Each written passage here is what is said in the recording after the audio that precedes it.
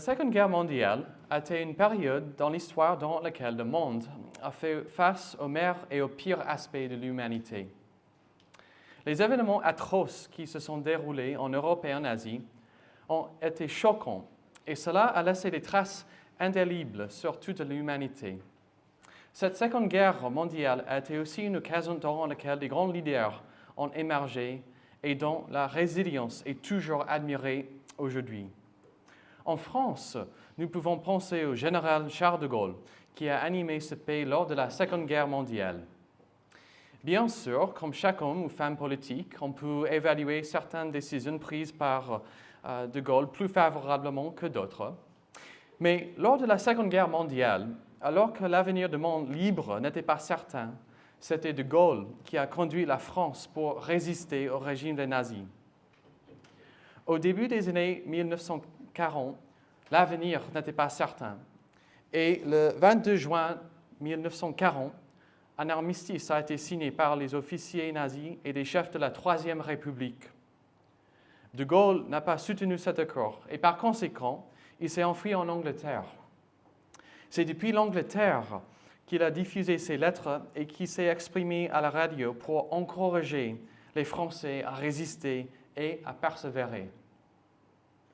Maintenant, imaginez que vous étiez présent dans une salle avec de Gaulle et des membres de son cabinet, alors que la victoire des nazis semblait être certaine, et que dans cette discussion, le général de Gaulle vous a dit « Je partirai bientôt, mais ne vous inquiétez pas, je vais vous envoyer mon esprit pour vous guider. » Comment répondriez-vous?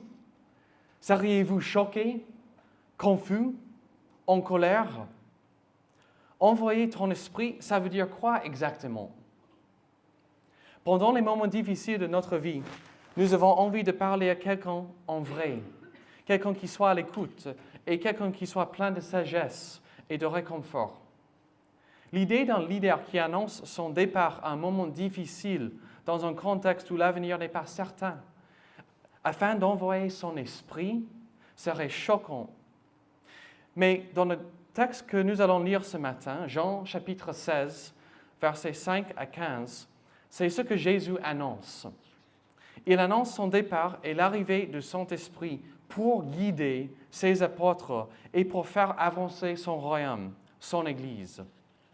Il y a des aspects historiques de ces versets qui sont importants pour nous, mais d'un point de vue personnel, nous avons chacun de nous besoin d'un leader, un consolateur, quelqu'un à l'écoute, quelqu'un qui prodigue des bons conseils, de réconfort. Nous vivons dans un monde rempli de personnes ou d'outils qui tentent de donner leurs conseils, des psychologues, des thérapeutes, des livres concernant l'estime de soi, le bien-être, etc., etc.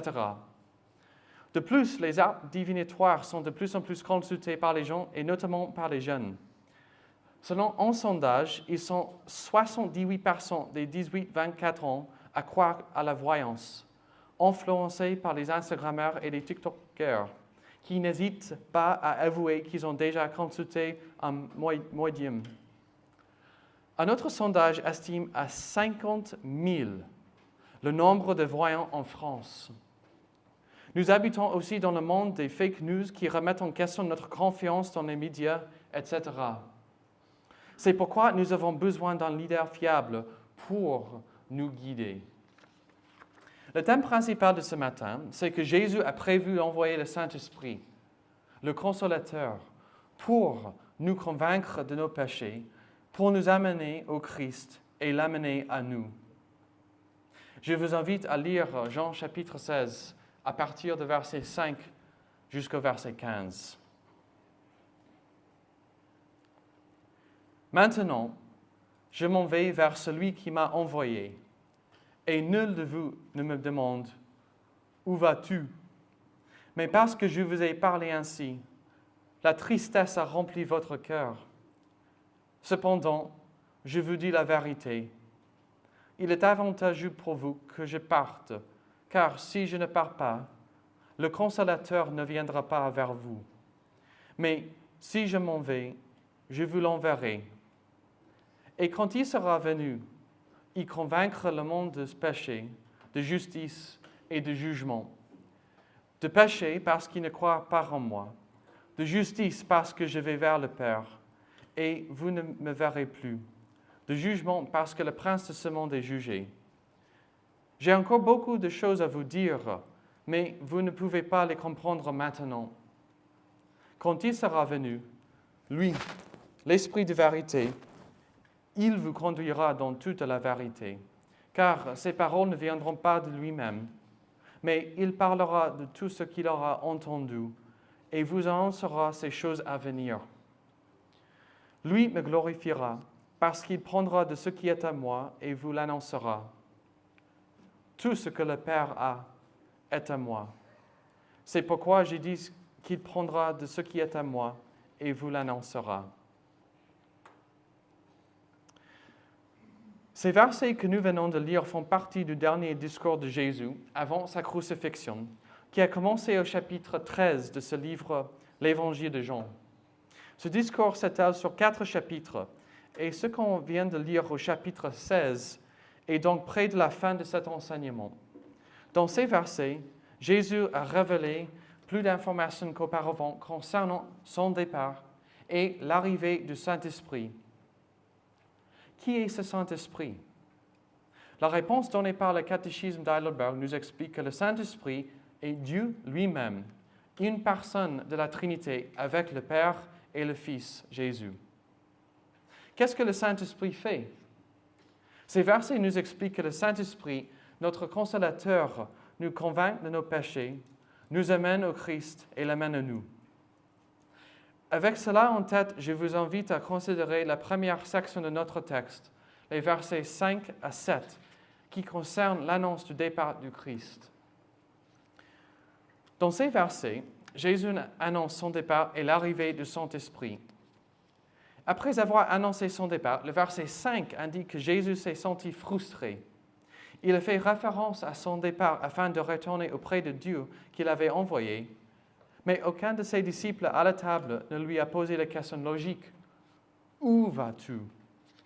Peut-être que les apôtres n'ont pas demandé car ils étaient distraits par l'idée de son départ. Si j'avais été présent lors de ce discours de Jésus durant lequel il avait annoncé son départ et l'arrivée de son esprit, j'imagine que je serais choqué, plein de stress et d'inquiétude. Comment son esprit nous parviendra-t-il? Pourquoi Jésus part-il? On peut comprendre la distraction des disciples, mais la réaction de Jésus indique qu'il voulait mettre l'attention sur la révélation avec Dieu, sur sa relation avec Dieu, le Père, et son plan d'envoyer le Saint-Esprit. Cela vaut la peine de se rappeler qui est Jésus et ce qu'il a fait avec ses disciples. C'est dans ce sens que l'illustration de Gaulle n'est plus d'actualité, car même s'il a guidé la France, en fin de compte, il n'était qu'un homme. Par contre, Jésus est Dieu lui-même, qui s'est fait chair, mais sa vie et ses miracles indiquent qu'il est Dieu fait homme. Il a vécu une vie d'une obéissance parfaite. Il n'a jamais péché et a obéi parfaitement à la loi. Il a appelé ses apôtres qui exerçaient auparavant des métiers simples, sans dignité, et avec eux, il a changé le monde. Ces derniers mois, Antoine, Colin et moi avons apporté des prédications concernant les œuvres de Jésus. Il a guéri des malades. Il a démontré son amour pour ceux qui n'avaient pas de valeur selon le monde. Il a enseigné l'importance du pardon et il a promis la vie éternelle. Dans le chapitre précédent, celui que nous avons lu ce matin, Jean rapporte ces mots de Jésus pleins d'encouragement et de l'amour. Il a dit, « Comme le Père m'a aimé, moi aussi je vous ai aimé. » Il n'y a pour personne de plus grand amour que de donner sa vie pour ses amis. Vous êtes mes amis. Lors de ma dernière prédication, j'ai prêché l'histoire de Jésus faisant quelque chose d'unique, quelque chose qu'aucun autre supérieur n'a fait dans le monde antique. Il a lavé les pieds de ses disciples. Je vous invite à nouveau à imaginer que vous êtes dans cette pièce avec Jésus et ses disciples qui ont vu tout ce qu'il avait fait et qui ont entendu ces paroles du verset 5 de notre texte ce matin. Maintenant, je m'en vais. Ces paroles ont évidemment choqué les apôtres, mais ce que Jésus a dit ensuite était probablement un choc encore plus grand. Le verset 7. Cependant, je vous dis la vérité, il est avantageux pour vous que je parte, car si je ne pars pas, le consolateur ne viendra pas vers vous. Mais si je m'en vais, je vous l'enverrai. Comment? Selon Jésus, c'était mieux qu'il parte parce qu'il allait envoyer le Saint-Esprit. Et ce consolateur serait mieux que Jésus en personne? Le mot traduit par la colombe, la traduction que nous avons lue tout à l'heure, la colombe, le consolateur, est souvent le sujet des discussions par les théologiens et les traducteurs. Dans une autre traduction française, ce mot est traduit le défenseur. Ce qui est intéressant, c'est que Jésus emploie ce terme, le consolateur, et non pas le Saint-Esprit, probablement pour expliquer sa fonction. Un commentateur a défini cette notion de consolateur comme une personne appelée à son côté pour aider. Peut-être que la meilleure explication est de considérer les versets qui suivent pour comprendre son identité et son rôle. Cela nous amène à la deuxième section de notre texte, les versets 8 à 11. Nous avons tous besoin d'un consolateur. La vie est souvent difficile, n'est-ce pas? Nous avons tous des questions, des luttes, des frustrations. Nous cherchons la sagesse pour répondre à nos questions et de nous conseiller. Comme nous allons voir, le Saint-Esprit nous donne des conseils et il parle principalement à propos de la question ultime que nous est posée. Le Saint-Esprit nous convainc de nos péchés, nous amène au Christ et amène Christ à nous. Ces versets sont brefs, mais ils constituent une explication fondamentale de l'identité et de l'œuvre du Saint-Esprit. Dans ces versets, Jésus emploie 4 mots-clés qui méritent notre attention. Ces 4 mots sont convaincre, le péché, la justice et le jugement. Nous allons prendre un peu de temps pour chaque terme, mais dans l'intérêt de ne pas être trop détaillé et sans rapport avec la vie quotidienne. Je vous encourage à prendre ces paroles comme guide pour discerner si nos pensées et nos idées viennent de Dieu, du monde ou de nous-mêmes. Nous voulons tous être guidés par des bons principes, la vérité. En tant que chrétiens, nous voulons que Dieu nous guide.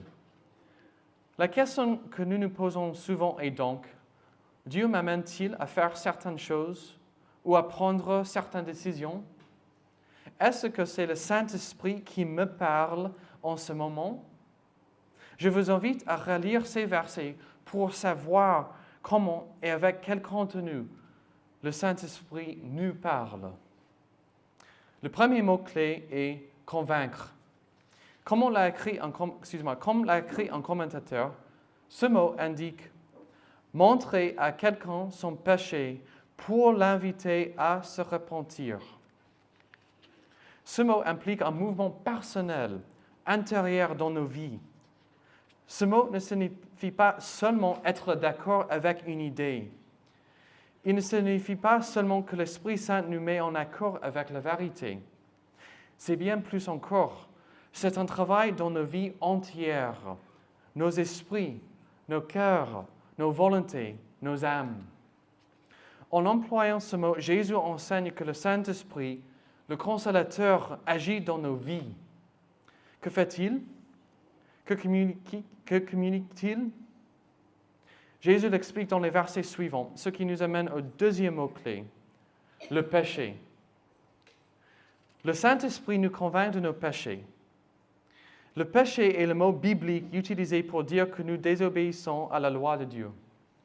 Comme l'explique le petit catéchisme de Westminster, le péché est tout manque de conformité à la loi de Dieu ou toute transgression de cette loi. Le péché crée une séparation entre Dieu et nous. Et cette séparation est notre problème ultime dans la vie. Le péché est aussi la raison pour laquelle nous ne voyons pas à quel point notre séparation avec Dieu est notre problème ultime. C'est comme si quelqu'un qui est perdu ne sait pas qu'il est perdu. En raison de nos péchés, nous sommes perdus d'un point de vue spirituel. Et nos péchés sont ainsi la raison pour laquelle nous ne savons pas que nous sommes perdus. Si nous avons été créés par Dieu, c'est logique que nous obéissions à ce Dieu qui nous a créés. S'il y a un Dieu, cela devrait être notre occupation principale de lui plaire et de lui obéir. Le péché est la raison pour laquelle on ne le fait pas. Le péché est l'explication pour notre tendance à être consommé par d'autres priorités comme les personnes, les plaisirs, les divertissements, le sexe, la politique, etc., etc., au lieu de chercher le vrai Dieu et de trouver notre identité et plaisir en lui. Dans le contexte de l'époque de Jésus et ses apôtres, comme aujourd'hui, c'est facile d'être distrait par ce monde, en pensant que les problèmes de ce monde sont les seuls. Cependant, le message de la Bible est que même si d'autres problèmes sont significatifs, notre problème ultime est le péché, dont la conséquence est une séparation entre Dieu et nous. Le péché rend ce problème encore pire, car il nous rend aveugles sur notre condition. Comme l'explique Jésus dans ce verset, c'est le Saint-Esprit qui intervient dans nos vies, qui nous aide à voir à quel point nous sommes des pécheurs, et que notre séparation avec Dieu à cause de nos péchés est notre problème principal. Le troisième mot-clé que Jésus emploie pour expliquer l'œuvre du Saint-Esprit se trouve au verset 10, la justice. Comme l'a dit Jésus, de justice, parce que je vais vers le Père et que vous ne me verrez plus. Dans le contexte biblique, qu'est-ce que la justice exactement? Ce mot est défini comme la conformité à la loi, l'obéissance parfaite aux standards, à la norme. Ce mot est difficile à illustrer car dans notre société actuelle, nous ne pensons pas souvent ni favorablement à nous conformer à toutes les normes possibles, mais l'idéologie de notre contexte actuel est de trouver et obéir à notre propre standard pour nos vies, nos priorités, nos plaisirs, etc. Nous préférons nous obéir à nous-mêmes et aux standards que nous mettons en valeur.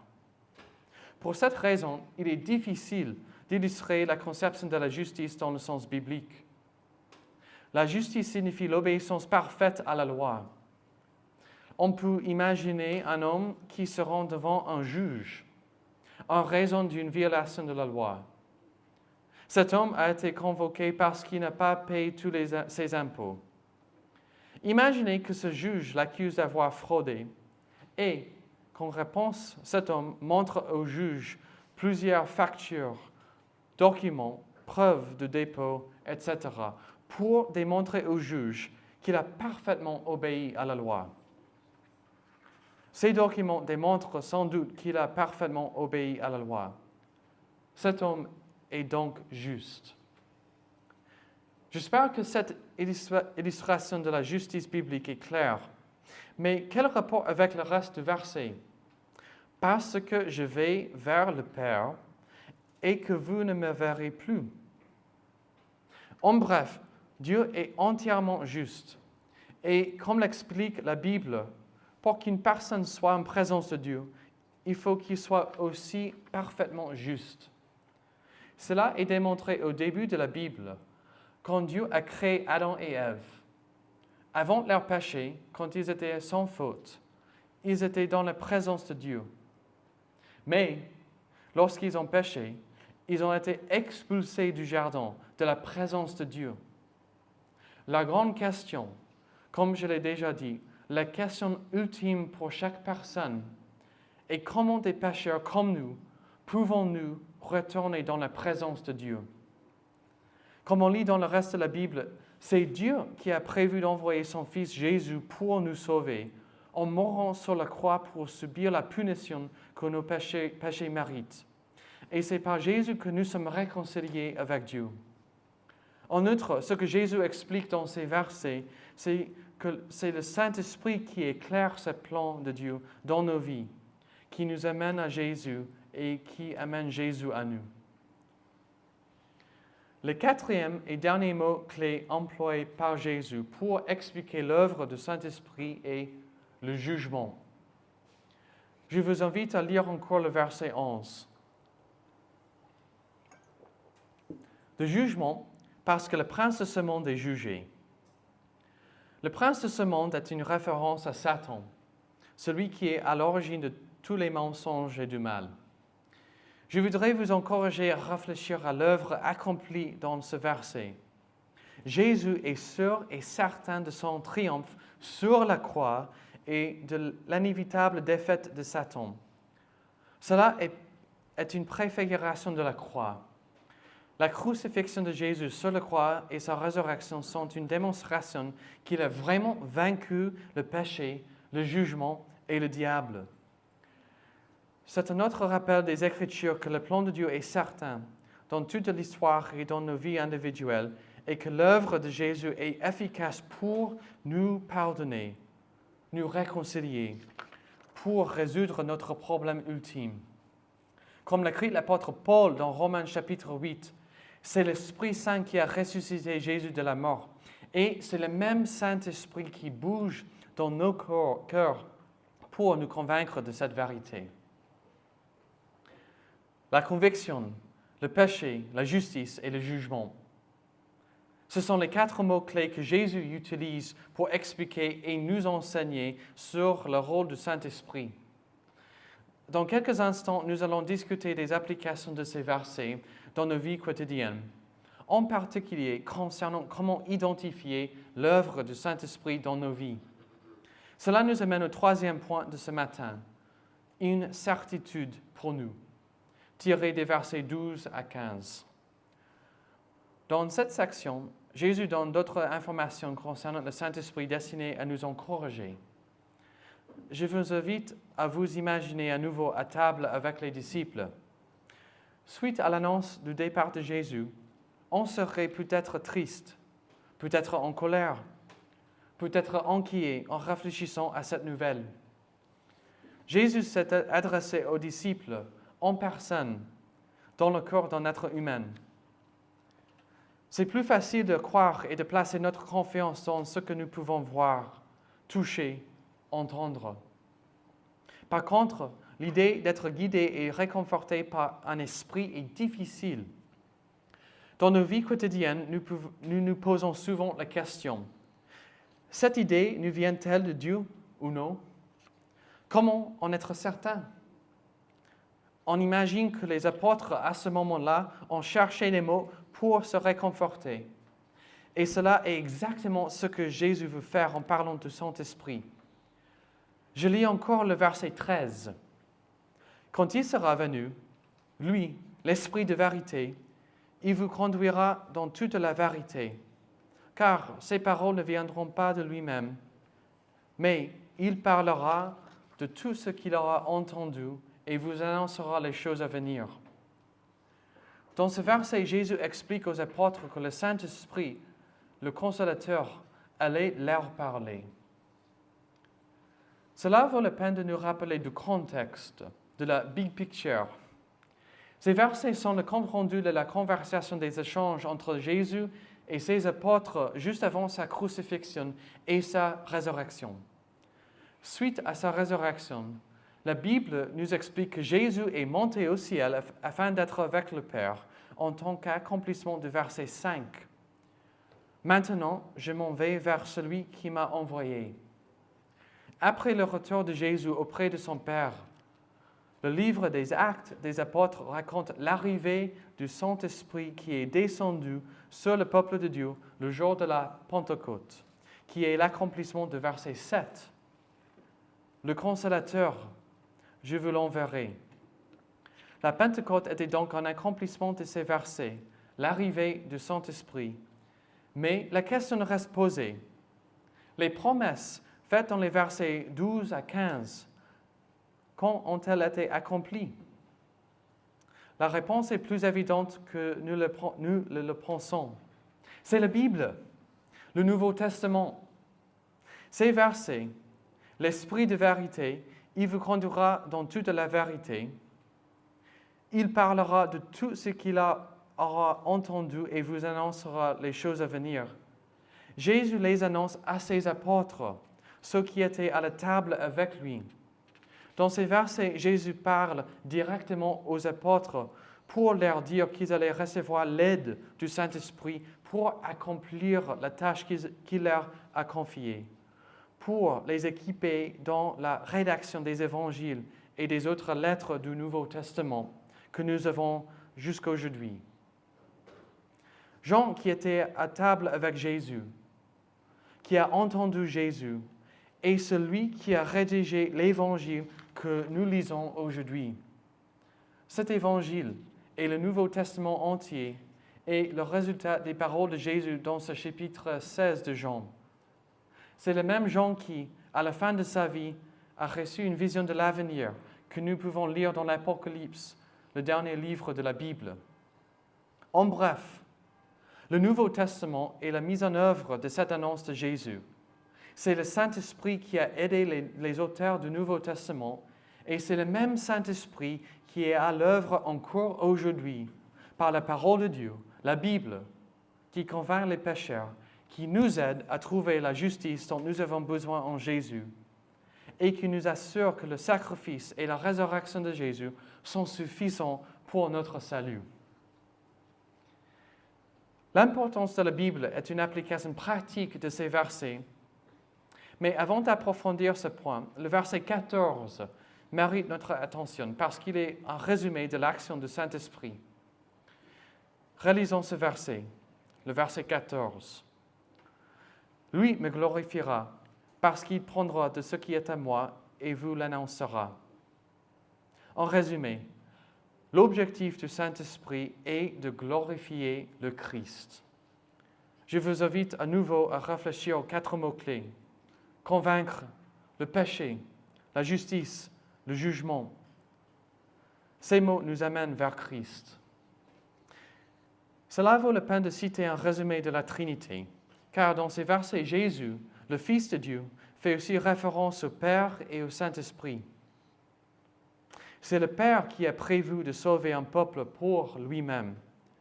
C'est Jésus qui a accompli ce plan par sa vie, sa mort et sa résurrection. Et c'est le Saint-Esprit qui applique ce salut accompli dans les cœurs des personnes comme nous aujourd'hui. Le Père a prévu un plan, le Fils l'a accompli et le Saint-Esprit l'applique. Qu'est-ce que le Saint-Esprit, le Consolateur, applique? Il applique Christ.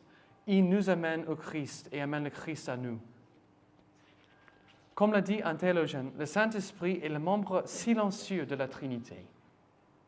Son rôle n'est pas de parler à propos de lui-même, comme les versets que nous avons lus ce matin nous le montrent. Le rôle du Saint-Esprit est d'attirer notre attention vers le Christ. On peut imaginer un projecteur.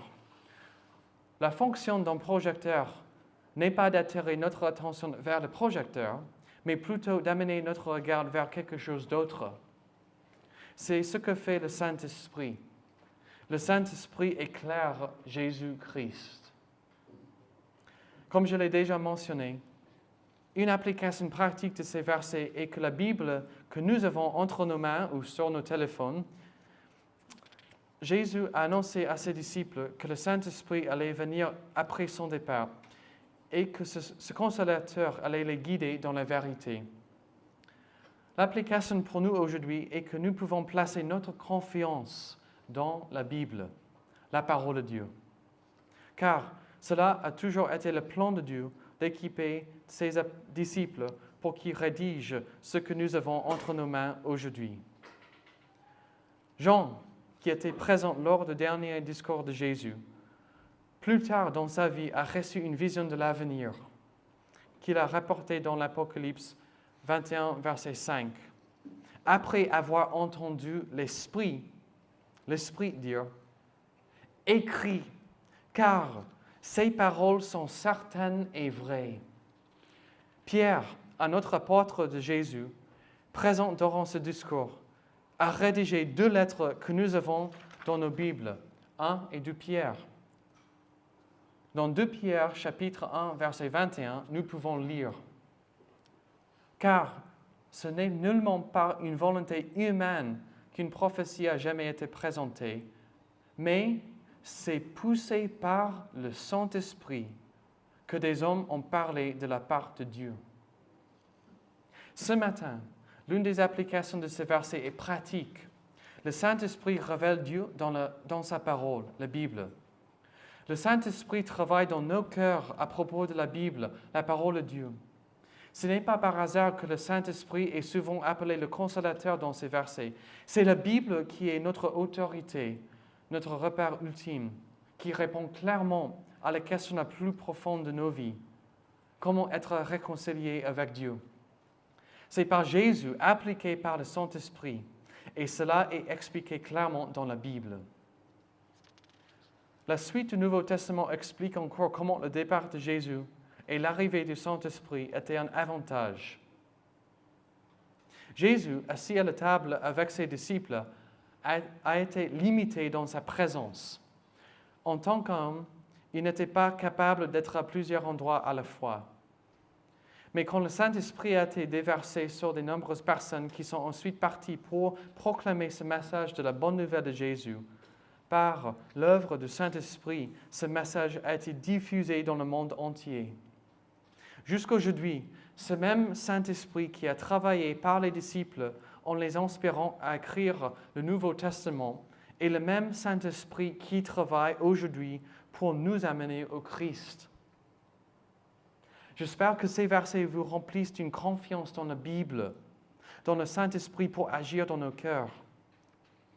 Sachant que plusieurs parmi nous sont souvent découragés en raison de la résistance de nos proches face à l'Évangile, je vous rappelle que l'apôtre Paul était précédemment un persécuteur de l'Église. Mais il a été convaincu et transformé par ce Saint-Esprit. Continuons à prier pour que le Saint-Esprit agisse dans les vies de nos proches. Une autre application concerne la grande question du Saint-Esprit aujourd'hui. En tant que chrétiens, nous nous posons souvent la question de savoir si une idée ou pensée vient de Dieu, si c'est le Saint-Esprit qui nous parle. Je vous invite à vous plonger dans l'enseignement de Jésus concernant l'œuvre du Saint-Esprit en tant que filtre pour vérifier si une idée vient de Dieu ou non. Est-ce que cette pensée me convainc de mes péchés? Est-ce que cette pensée m'amène à la repentance et à placer ma confiance en Jésus? Considérons les 4 mots-clés que nous avons examinés comme standards pour juger si nos pensées viennent de Dieu. Je me permets de terminer avec une application finale. Si vous êtes là ce matin et que vous découvrez la foi chrétienne, ou que vous êtes présent et que vous ne vous êtes pas encore repenti de vos péchés, tout en sachant que ces versets sont vrais, que vous êtes pécheurs, éloignés de Dieu, et que vous savez que Jésus est le vrai Dieu qui est mort afin de satisfaire à la loi de Dieu, que vous avez besoin de son sacrifice pour être pardonné, pour être réconcilié avec Dieu. Je vous assure que c'est le Saint-Esprit qui est en train de vous parler et je vous invite à vous tourner vers Jésus pour être sauvés. Je vous invite à la prière. Père, Fils, Saint-Esprit, nous voulons te louer ce matin parce que tu nous as envoyé ton Saint-Esprit pour nous guider, pour être notre consolateur. Nous avons la Bible qui est notre repère certain pour la vie. Nous prions que tu nous donnes une vraie confiance dans ta parole, dans la Bible, et que nous soyons pleins de joie, sachant que Jésus est venu afin de mourir sur la croix pour nous pardonner, pour nous réconcilier avec toi. Nous voulons prier que tu appliques ces versets, ces vérités dans nos cœurs, que nous soyons vigilants de considérer les pensées que nous soyons vigilants à filtrer nos pensées selon ta parole. Nous prions que tu remplisses nos cœurs, nos vies, nos âmes avec ton Saint-Esprit et que nous soyons dans l'allégresse de te connaître, d'être réconciliés avec toi. Nous le prions au nom du Père, du Fils et Saint-Esprit. Amen.